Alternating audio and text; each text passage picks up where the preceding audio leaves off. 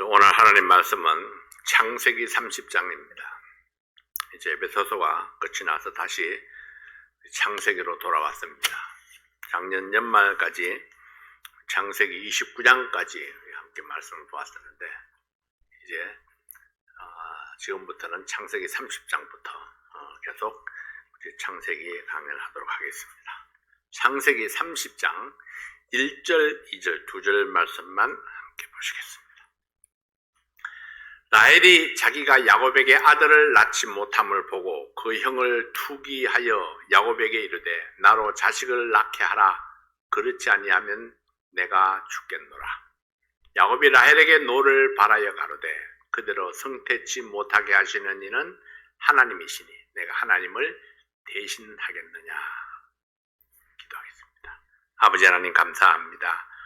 오늘 이 말씀을 통해서 이 하나님의 그 섭리를 보게 하시고 또 하나님의 그 섭리를 통해서 하나님께서 우리에게 해주시는 그 놀라운 은혜를 발견할 수 있도록 도와주시옵소서. 말씀을 축복해 주십시오. 예수님 이름으로 기도하옵나이다. 아멘.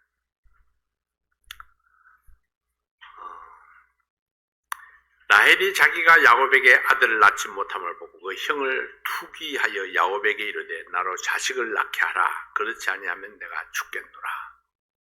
이 굉장한 무기입니다. 그렇지 않으면 내가 죽겠노라. 아마 어쩌면은 자기를 향한 남편의 사랑을 너무나 확신했기 때문에 이렇게 이야기했는지도 모릅니다. 내가 죽는다고 그러면은 뭔 수를 써도 쓰겠지 하는 그런 생각이 들는지도 모르죠. 근데 야곱의 대답이 얼마나 명확한지 모릅니다. 내가 하나님이냐? 내가 하나님이 아닌데 어떻게 내가 하나님을 대신하겠느냐? 나는 하나님께 있는 그런 능력이 없다. 때때로 부인들이 남편에게 그렇게 요구할 때 있지 않습니까, 여러분들은?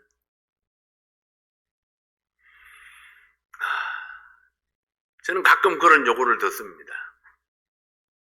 내가 하나님이 아닌데도 불구하고, 내가 능력이 없는데도 불구하고, 내가 이것저것 못하는 것이 없는 것처럼, 엄청나게 체력이 딸리는데도 불구하고, 엄청난 힘이 나한테 솟아나는 것처럼 그런 요구를 받을 때가 종종 있죠. 그러면은 자부심이 생기는 게 아니고 좀 다른 생각이 들죠. 오히려 짜증스럽게 되는 그런 결과를 보게 됩니다. 야곱이 아마 그렇지 않았을까 생각이 돼요. 짜증스럽지 않았을까?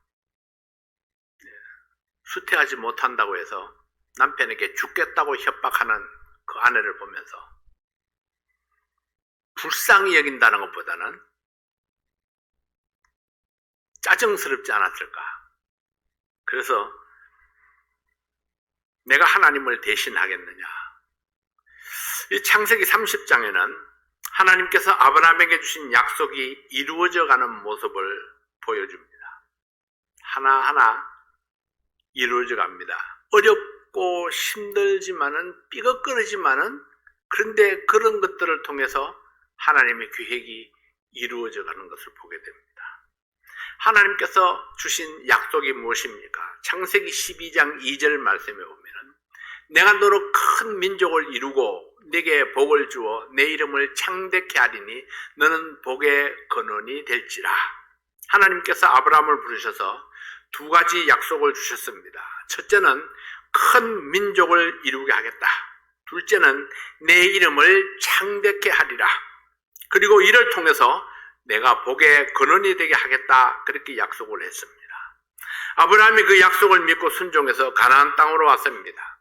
그러나 아브라함은 100세의 아들 이삭 하나를 얻었습니다. 이삭은 아들 둘을 얻었습니다. 첫째 아들 에서는 팥죽 한 그릇에 장자의 명분을 동생에게 팔았습니다. 이삭은 야곱에게 장자의 축복을 하셨고 하나님께서는 둘째 아들 야곱에게 장자의 명분을 이어가게 하셨습니다. 이로 인해서 야곱은 에서의 분노를 피해서 외삼촌 라반의 집으로 도망을 갔습니다. 야곱은 라반의 두 딸과 결혼을 했습니다. 그리고 12명의 아들을 얻어서 이스라엘 12지파의 기틀이 마련되었습니다. 이 12명의 아들들이 애굽을 거쳐서 다시 가나안으로 돌아올 때는 200만 명이 넘는 부족 국가의 모습을 갖추게 됩니다. 창세기 30장은 야곱의 12아들이 태어나는 과정을 자세하게 보여주고 있습니다. 야곱이 원했던 여인은 라헬이었지만은 언니 레아와 둘째 라헬을 함께 아내로 얻게 되었습니다. 레아와 그녀의 시녀인 실바, 라헬과 그의 시녀인 빌하, 이 4명의 여자로부터 12명의 아들을 얻어서 대가족을 이루게 됩니다. 이 과정을 통해서 하나님께서 주시는 교훈을 찾아보기를 원합니다. 굉장히 정상적이지 않은 모습이죠. 언니와 동생이 함께 아내가 되어서 그 두 시녀들이 또 야곱의 아기를 낳고, 그래서 그 4명의 여인이 낳은 그 아들들이 이스라엘의 12지파를 이루고 있습니다. 우리 대한민국의 양반가로 생각해 보면은 이거는 뭐 말도 안 되는 그런 후손들입니다. 근데 하나님께서는 그 12아들, 그 4여인을 통해서 태어난 그 12아들을 이스라엘의 기초로 삼습니다.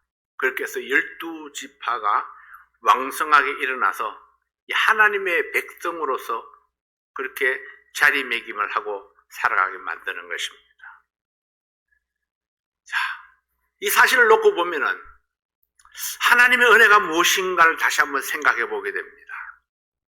어떤 면으로 보면은 비천하게 태어난 자식들입니다. 비정상적인 그런 가정에서 태어난 자식들입니다. 그럼에도 불구하고 하나님께서 그들을 높여서 하나님의 영광을 나타내게 만드시는 것입니다. 이것이 하나님의 은혜입니다. 우리의 비천한 그런 신분, 멸망받을 수밖에 없는 사탄을 추종하던 사람들이었던 우리들을 구원하셔서 하나님의 영광의 빛을 나타내게 하시는, 이것이 바로 하나님의 은혜라는 것입니다. 그래서 하나님께서는 우리의 출신과 상관없이, 우리의 형편과 상관없이 하나님의 은혜를 받으면은 하나님께서 그를 영화롭게 하신다. 하나님의 특별하신, 인간 세상의 어떤 원리와는 전혀 다른 그런 특별한 모습으로 우리들을 이끌어가는 모습을 보게 됩니다. 첫 번째로 하나님은 인간의 연약함도 선하게 사용하시는 분입니다. 레아에게 임한 하나님의 은혜가 무엇입니까? 레아는 야곱이 원했던 아내가 아니었습니다. 아버지 라반에 의해서 야곱의 아내가 되었지만은 야곱의 사랑을 받지 못했습니다. 이런 레아에게 하나님의 은총을 주셔서 연속으로 4명의 아들을 낳게 했습니다. 사랑받지 못했던 레아가 4명의 아들을 얻을 수 있었던 것은 전적으로 하나님의 은혜였습니다. 창세기 29장 31절부터 35절까지 있는 말씀을 함께 봅니다. 여호와께서 레아에게 총이 없음을 보시고 그의 태를 여셨으나 라헬은 무자하였더라. 레아가 잉태하여 아들을 낳고 그 이름을 르우벤이라 하여 가로되 여호와께서 나의 괴로움을 권고하셨으니 이제는 내 남편이 나를 사랑하리로다 하였더라. 그가 다시 잉태하여 아들을 낳고 가로되 여호와께서 나의 총이 없음을 들으셨으므로 내게 이도 주셨다 하고 그 이름을 시몬이라 하였으며, 그가 또 잉태하여 아들을 낳고 가로되 내가 그에게 새 아들을 낳았으니 내 남편이 지금부터 나와 연합하리로다 하고 그 이름을 레위라 하였으며, 그가 또 잉태하여 아들을 낳고 가로되 내가 이제는 여호와를 찬송하리로다 하고 이로 인하여 그가 그 이름을 유다라 하였고 그의 생산이 멈추었더라. 레아로 볼 때는 기가 막힌 인생입니다. 내 아들을 낳았지만은 이제는 남편의 사랑을 얻었다는 이야기가 없습니다. 전부 다 미래형입니다. 이제는 이렇게 하리라. 전부 미래형입니다. 자기 마음속에 소망은 있지만은 그 소망대로 이루어지질 않습니다. 근데 오직 남편만을 바라보면서 가다가 마지막 네 번째를 낳고 나서는 이제는 여호와를 찬송하리로다 눈길이 하나님께로 이렇게 돌아가는 모습을 보게 됩니다. 하나님께서 야곱의 가정을 주목하고 계셨습니다. 레아에게 총이 없음을 보셨습니다. 총이 무엇입니까? 은총입니다. 은총. 남편의 사랑이 없음을 보셨습니다. 야곱의 속마음이 어떠했던지 레아가 야곱의 아내가 된 것은 하나님의 뜻이었습니다. 하나님께서 레아의 아픔을 보시고 첫째부터 넷째까지 4명의 아들을 주셨습니다. 아들들의 이름을 통해서 당시 이들의 부부관계를 알 수 있습니다. 첫 번째 아들 르우벤을 낳고 남편의 사랑을 기대했습니다. 둘째 아들 시몬을 낳고 여전히 남편의 사랑을 얻지 못했습니다. 셋째 아들 레위를 낳고 남편과 연합하리라 기대했습니다. 넷째 아들 유다를 낳고 하나님을 찬송하리라 결심했습니다. 남편의 사랑을 얻지 못했지만은 그는 하나님의 사랑을 얻었고 하나님께서 주신 그 아들들로 인해서 위로를 받았고 기쁨을 얻었습니다. 이제는 하나님의 사랑과 하나님의 위로를 바라며 하나님을 찬송하리라 결심했습니다. 아들들의 이름이 보여주는 것처럼 레아의 믿음이 남편에게서 하나님께로 옮겨져 가는 것을 볼 수 있습니다. 남편에게 없는 사랑이 하나님께 있는 것을 알았고 남편에게 기대던 마음이 하나님께 대한 믿음으로 나타났습니다. 이것은 레아가 믿음으로 성숙해져 가는 모습을 보여줍니다. 그럼 라헬은 어땠습니까? 두 번째는 라헬의 투기를 봅니다. 언니 레아가 4명의 아들을 얻었지만은 라헬은 한 명도 낳지 못했습니다. 남편의 사랑은 여전히 라헬에게 있었지만은 그 사랑이 아들을 갖게 하지 못했습니다. 시편 126편에는 자식은 여호와의 주신 기업이라고 말씀을 합니다. 자식은 하나님께서 주셔야 하는데 라헬은 남편에게 아들을 주지 않는다고 투정을 부리고 있습니다. 오늘 본문 말씀 1절 2절 말씀을 보면은 라헬이 자기가 야곱에게 아들을 낳지 못함을 보고 그 형을 투기하여 야곱에게 이르되 나로 자식을 낳게 하라. 그렇지 아니하면 내가 죽겠노라. 야곱이 라헬에게 노를 바라여 가로되 그대로 성태치 못하게 하시는 이는 하나님이시니 내가 하나님을 대신하겠느냐. 라헬은 남편에게 아들을 낳게 하지 아니하면 죽겠다고 협박을 합니다. 마치 언니에게는 아들을 낳게 하면서 왜 나에게는 아들을 낳게 하지 않는가? 이 모든 것이 남편 야곱의 책임인 것처럼 협박을 했습니다. 그러나 여러분, 레아에게 아들을 주신 것도 라헬에게 아들을 주시지 않는 것도 야곱의 능력이 아닙니다. 야곱이 라헬에게 화를 냅니다. 내가 하나님을 대신할 수 있느냐? 하나님이 하시는 일을 나에게 따지면 어떻게 하느냐? 자식은 하나님의 기업이요 생명은 하나님께 속한 것이라 했습니다. 야곱은 이 사실을 알았고 라헬은 알지 못했습니다. 하나님께 속한 것을 얻으려면 하나님께로 나아가야 합니다. 남편이 줄 수 없는 그것을 남편에게 요구하면 관계만 악화될 뿐입니다. 하나님께 있는 것은 남편을 협박한다고 얻을 수 있는 것이 아닙니다. 야곱이 라헬의 요구를 듣고 화가 났습니다. 그래서 두 번째로 야곱이 라헬에게 노를 바라여 가로되 2절에 이렇게 말씀하죠. 사랑하는 아내였지만 내가 할 수 없는 것을 요구하면 화가 날 수 있습니다. 야곱은 마음이 상한 정도가 아니라 화가 나서 소리를 질렀습니다. 성태하지 못하게 하시는 분이 하나님이신데 내가 하나님을 대신하겠느냐? 하나님께 기도해야지 왜 나에게 생떼를 쓰느냐? 이런 이야기죠. 이것은 라헬이 아들을 얻기 위해서 하나님께 기도하지 않았고 생명은 하나님이 주신다는 기본적인 진리를 믿지 아니했다는 사실을 말해주고 있습니다. 라헬이 얼마나 육신적인 사람이었는가를 보여주는 부분입니다. 창세기 30장 3절부터 5절까지 있는 말씀을 봅니다. 라헬이 가로되 나의 여종 빌하에게로 들어가라. 그가 아들을 낳아 내 무릎에 두리니 그러면 나도 그를 인하여 자식을 얻겠노라 하고 그 시녀 빌하를 남편에게 첩으로 주매 야곱이 그에게로 들어갔더니 빌하가 잉태하여 야곱에게 아들을 낳은지라. 자, 이 말씀은 어떻습니까? 라헬이 나의 여종 빌하에게로 들어가라. 자기 여종을 남편에게 줍니다. 그리고 남편은 또 그 여종과 동침을 했습니다. 그래서 아들을 낳습니다. 야곱이 왜 그렇게 했을까? 이렇게 생각하는지 모릅니다. 근데 그 이전에 있던 말씀을 보면은 내가 죽겠노라. 네. 여러분, 목숨을 가지고 위협하면은 어쩌면은 그래서 야곱이 빌하에게로 들어갈 수밖에 없었는지도 모릅니다. 이토록 질투는 무섭습니다. 무슨 결과를 나타내죠? 야곱이 여자를 밝혔다 그렇게 보기는 매우 어렵습니다. 야곱이 사랑했던 사람은 라헬뿐이었습니다. 근데 야곱은 원치 않는 새 여인을 함께 품게 되는 것입니다. 어쩌면은 이것이 그 시방의 풍습이라고 말하지만은 야곱의 단호하지 못한 결단성이 부족한 데서 일어나는 현상일 수도 있습니다.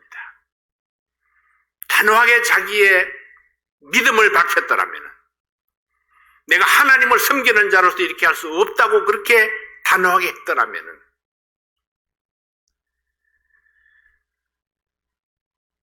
성경은 아침에 일어나 보니까 라헬이 아니고 레아였더라 이렇게 이야기하지만 이것 또한 우리가 믿을 수 있는 상황은 아닙니다. 멀쩡한 야곱이 술에 취해서 정신이 잃어버리지 않는 한 있을 수 없는 일이죠.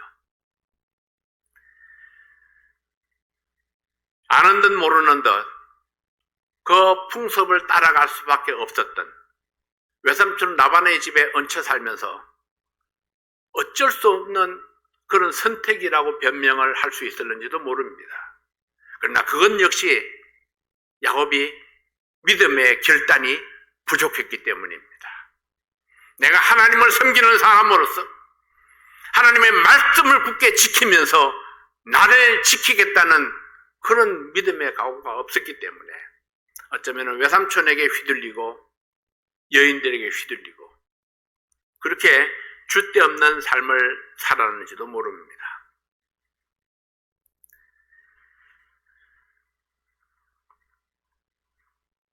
내 시녀가 낳은 아들을 내 아들로 삼겠다.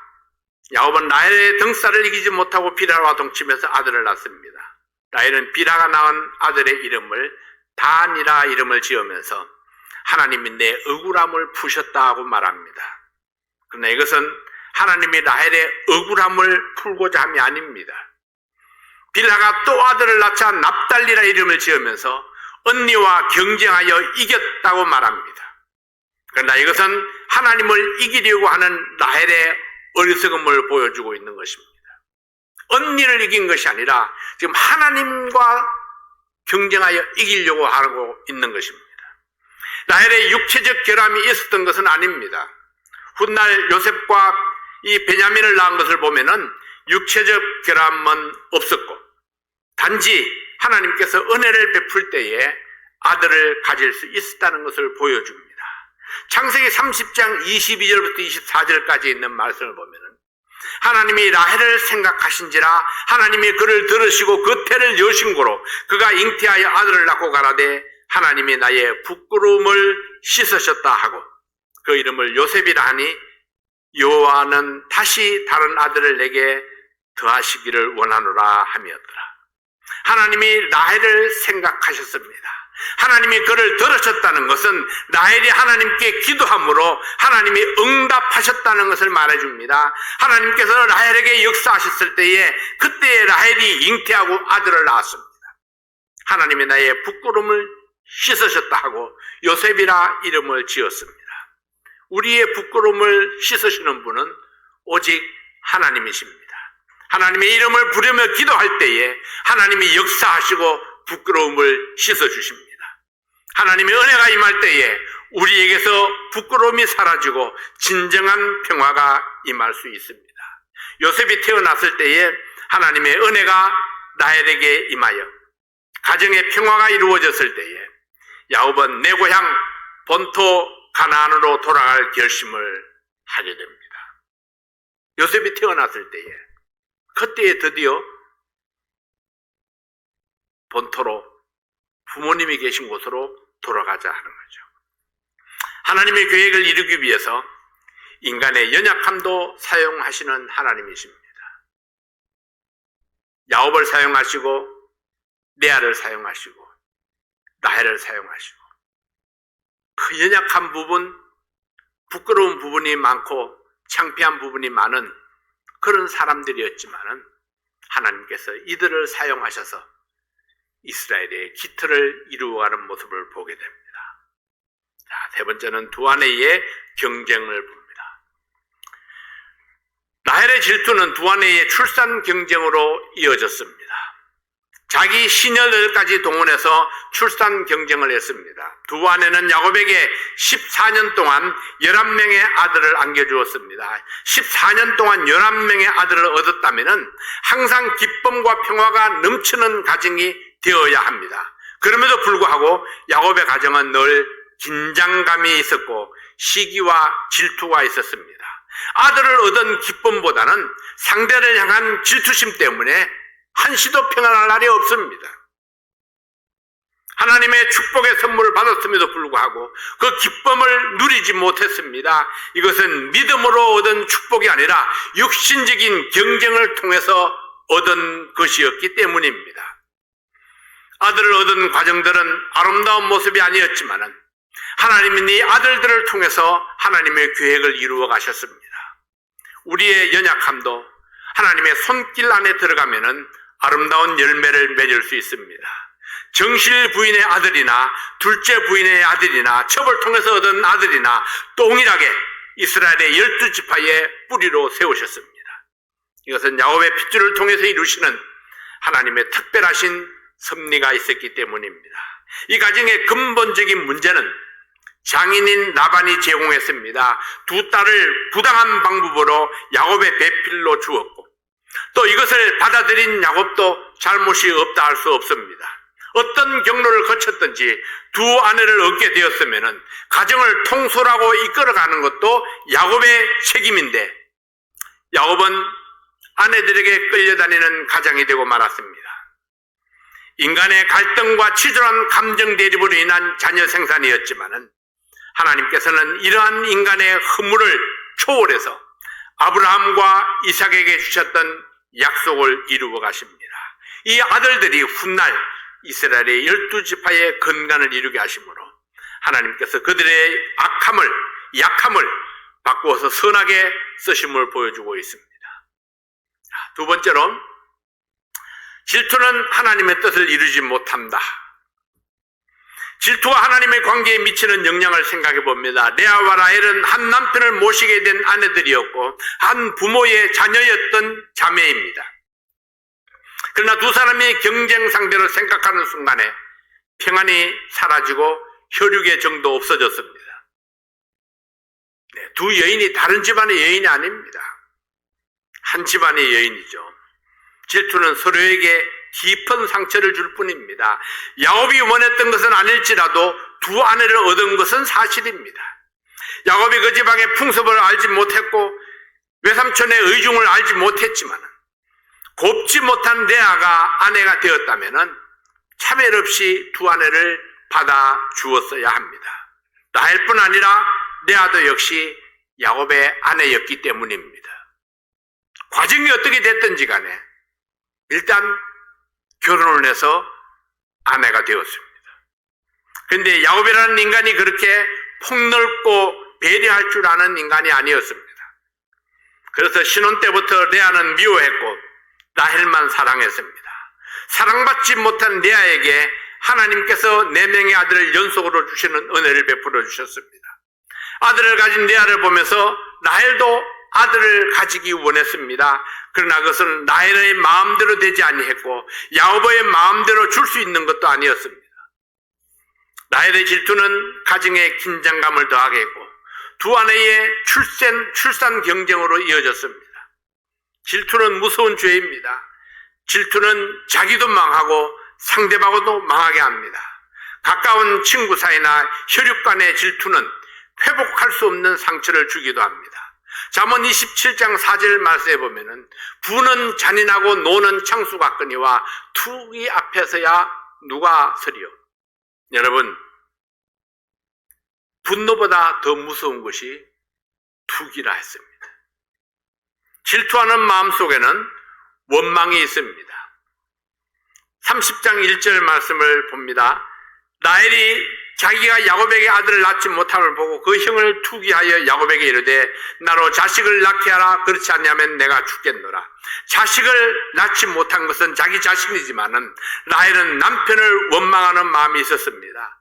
레아가 4명의 아들을 낳고 회복되는 기간이 필요했던 것을 감안하면은 라헬이 레아보다 훨씬 더 많은 밤들을 남편과 함께 지냈을 것입니다.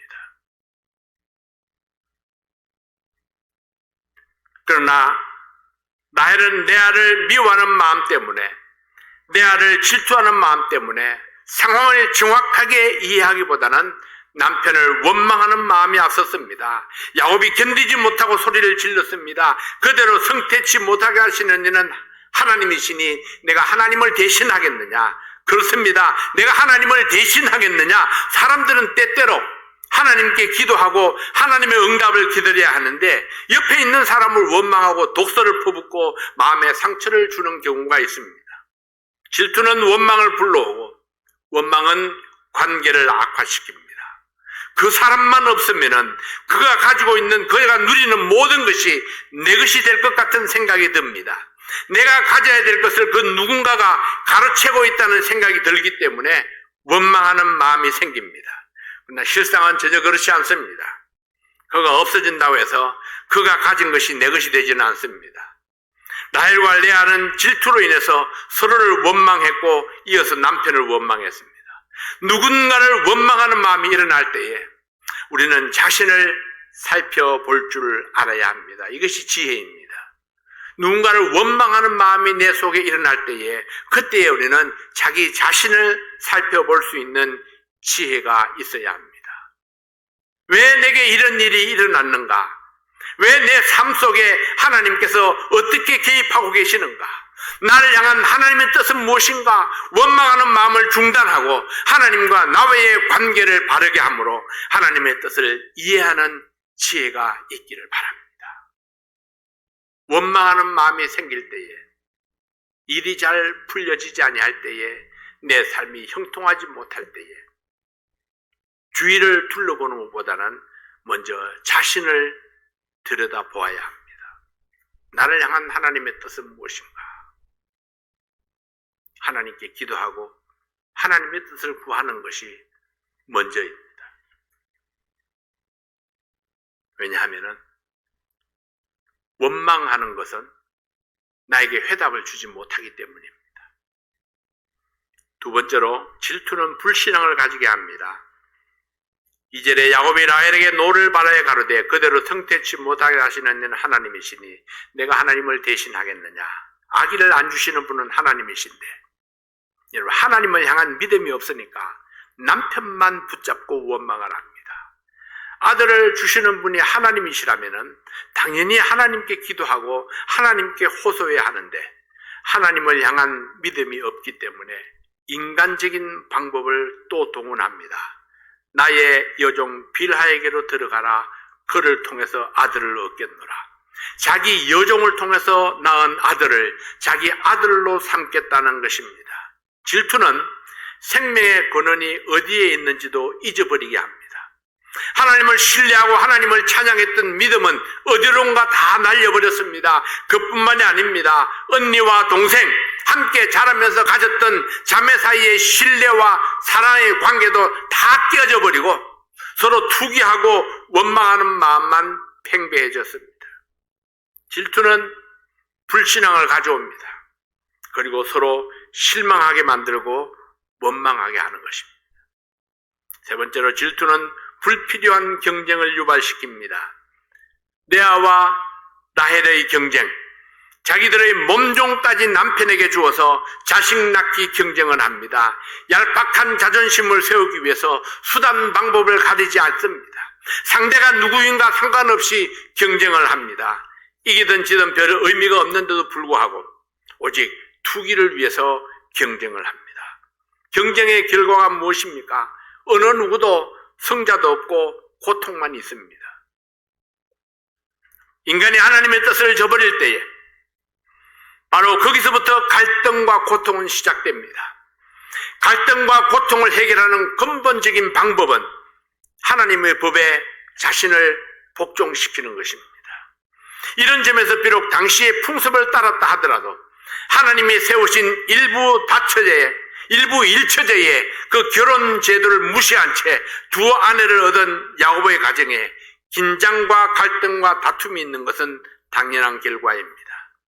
레아와 라헬은 친자매였음에도 불구하고 남편 사랑을 독차지하려는 일념에 사로잡혀서 심지어 자기들의 몸종까지 남편에게 제공하는 비신앙적인 경쟁을 했습니다.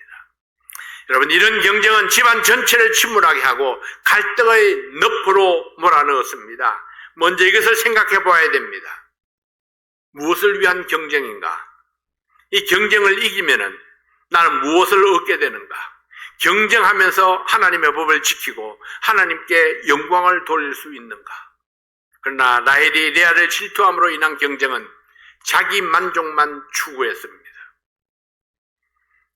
30장 6절 말씀에 라헬이 가로되 하나님이 내 억울함을 푸시려고 내 소리를 들으사 내게 아들을 주셨다 하고 이를 인하여 그 이름을 단이라 하였으며 라헬이 가로되 내가 형과 크게 경쟁하여 이기었다고 그 이름을 납달리라 하였더라. 하나님이 내 억울함을 푸시려고 내게 아들을 주셨도다.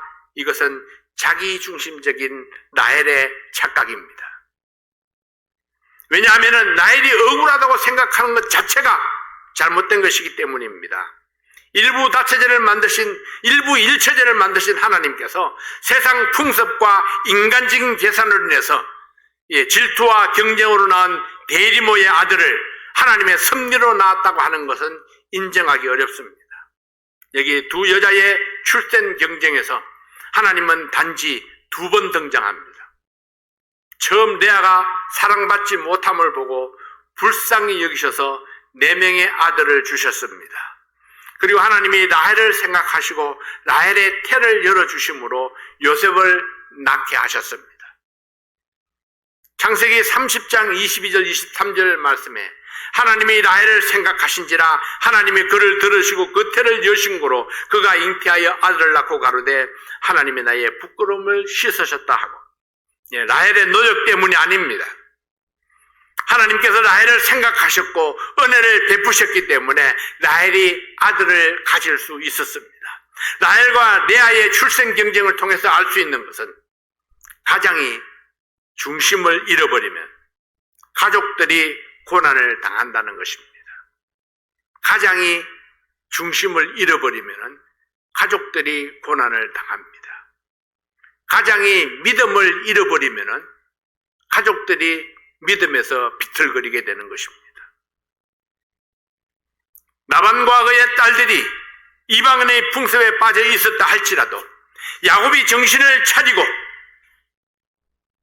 믿음으로 대응했더라면 가정의 질서를 지킬 수 있었을 것입니다. 외삼촌을 해서 두 자매를 아내로 맞이했지만은 믿음으로 굳게 서서 하나님을 섬기는 본을 보였더라면 하나님께서는 두 아내를 통해서도 12 아들을 주실 수 있었을 것입니다.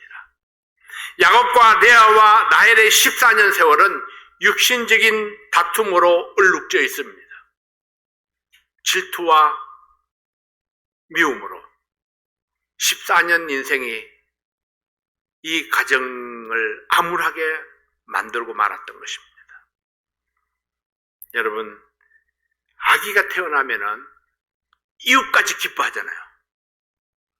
근데 언니가 아기를 낳으면은 동생이 부울부울 끓고, 동생이 아기를 낳으면은 언니가 속이 부울부울 끓습니다.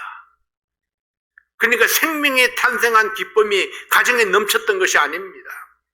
아기가 태어날 때마다 거기에 질투와 미움과 투기가 폭발하고 일어났습니다. 그리고 그 모든 고통들을 야곱이 감당하면서도 참으로 불행한 것은요, 야곱이 그래도 하나님 앞에 무릎을 꿇을 줄 몰랐다는 것입니다.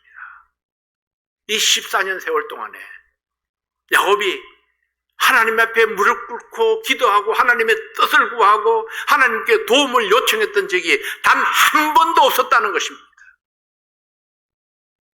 레아도 라헬도 마찬가지죠. 그들도 마찬가지로 이런 상황 속에서 그들이 하나님께 도움을 구했던 적이 한 번도 없었습니다. 그래서 14년 세월은 암울한 세월이었고 고통의 세월이었습니다. 마지막 순간에 라헬이 하나님의 은혜를 입고 요셉을 낳았을 때에 그때 드디어 정신을 차립니다.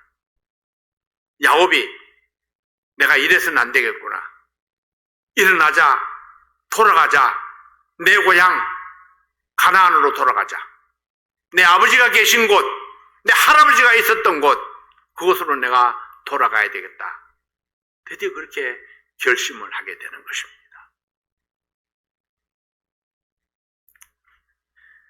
이 14년 세월 동안의 이 모든 과정들을 통해서 하나님은 야곱을 빚으시고 세속의 때를 씻어 가시기를 원하십니다. 하나님의 목적이 이루어질 때까지 하나님의 섭리는 계속될 것입니다.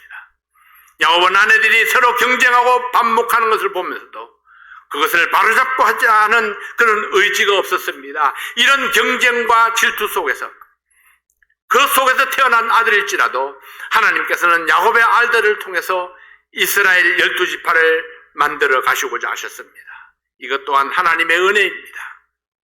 마태복음 6장 33절 말씀해 보면 너희는 먼저 그의 나라와 그의 의를 구하라. 그리하면 네 모든 것을 너희에게 더하시리라.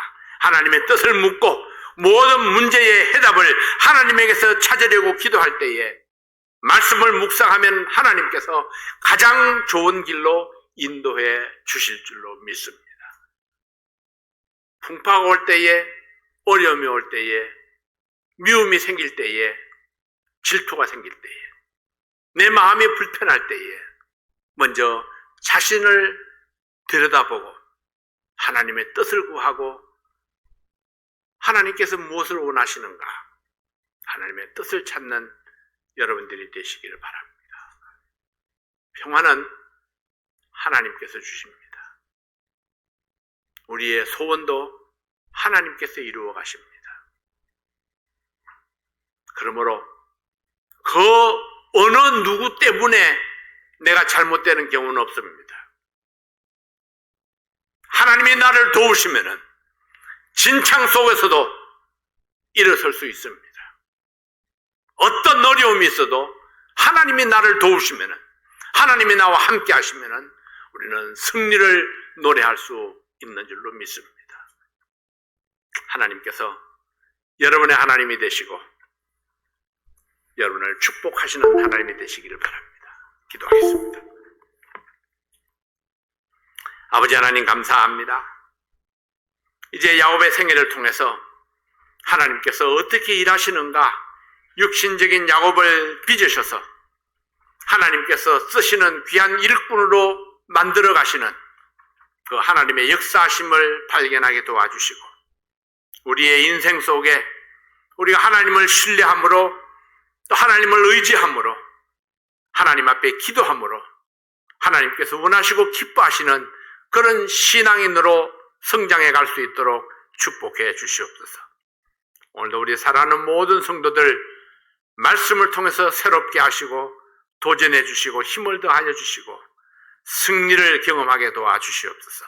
예수님 이름으로 기도하옵나이다. 아멘.